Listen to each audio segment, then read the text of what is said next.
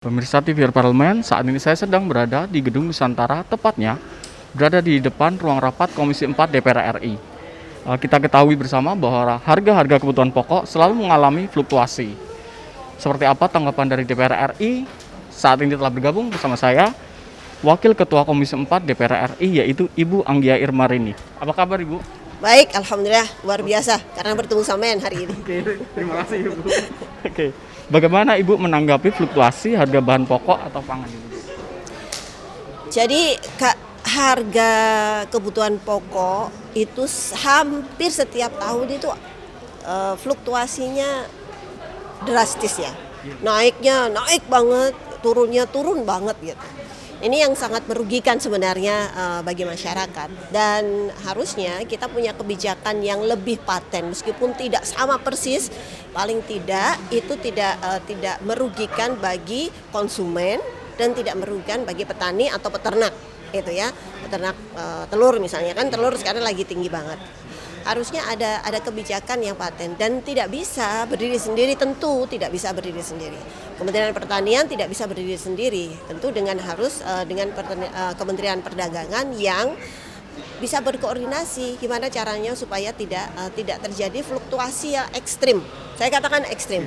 Yang namanya cabai itu kadang mahalnya luar biasa. Jangankan cabai, jengkol aja kadang 100.000 atau bahkan 150.000 per kilo. Tapi kadang-kala juga sangat murah gitu. Jadi harusnya ada kebijakan yang intinya ramah terhadap petani, ramah terhadap konsumen, terhadap ibu-ibu yang suka belanja. Meskipun tidak menutup kemungkinan bapak-bapak juga belanja, tapi konsumen paling tidak, dan ramah terhadap peternak juga gitu. Lalu sudah tepat nggak sih Bu tentang fluktuasi yang masih berlangsung ini, mengingat Indonesia kan masih dalam masa bangkit dari pandemi? Situasi yang mana yang tepat? Karena masih baru bangkit dari pandemi kan. Yang dimaksud situasi yang mana? Yang kemahalan? Kenaikan, Ya terus pasti nggak tepat loh. Meskipun tidak bangkit, meskipun sedang pandemi pun juga sebenarnya juga tidak tepat terlalu tinggi. Harga-harga itu, apalagi baru sedikit bangkit loh.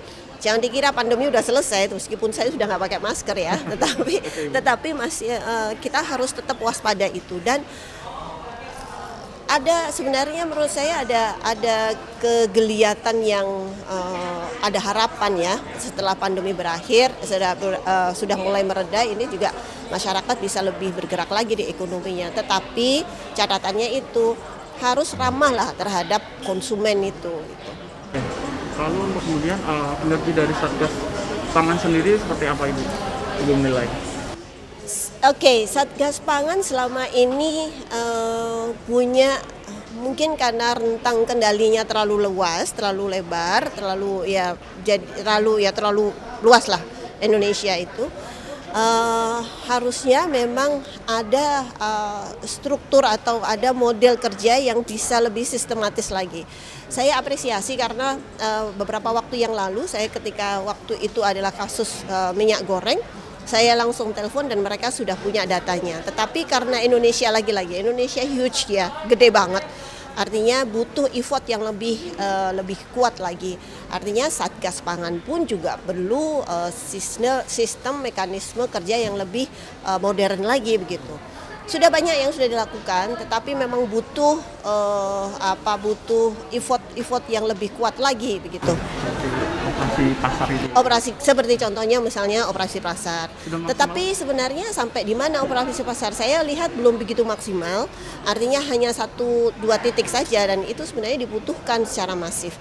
Nah, lagi-lagi terhadap tadi ada beberapa isu tentang ini masalah pangan ini kan memang harus arah kebijakan dari negara, dari pemerintah harus kecenderungannya harus maksimal. Presiden kemarin bicara tentang krisis pangan global, dan it will be happen juga, mudah-mudahan naudzubillah mendalik nggak sampai ke Indonesia, tetapi kita harus prepare semuanya. Dan bagaimana cara prepare ya, keberpihakan secara anggaran juga terhadap ketersediaan pangan, operasi pasar misalnya seperti itu. Terima kasih banyak Ibu atas waktu dan kesediaannya Bu. Ya.